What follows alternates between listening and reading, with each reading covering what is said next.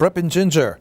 Ginger has a thick layer on the outside and it has fibers in the center. Some people will peel it and then you have to slice it. Still, you're gonna have those fibers in there in that chew.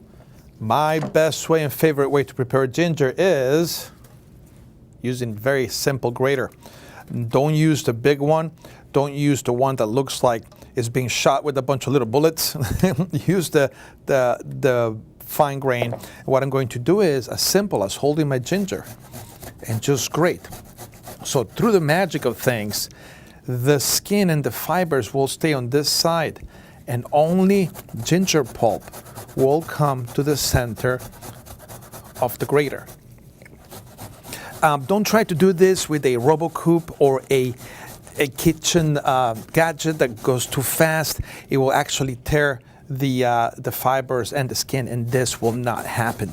This is only achievable by hand. And as you can see, fibers and skin will stay on one side.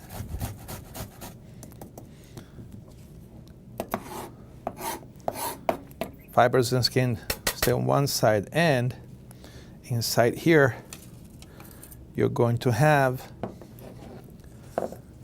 skin-free, pulp-free ginger ready for you to use.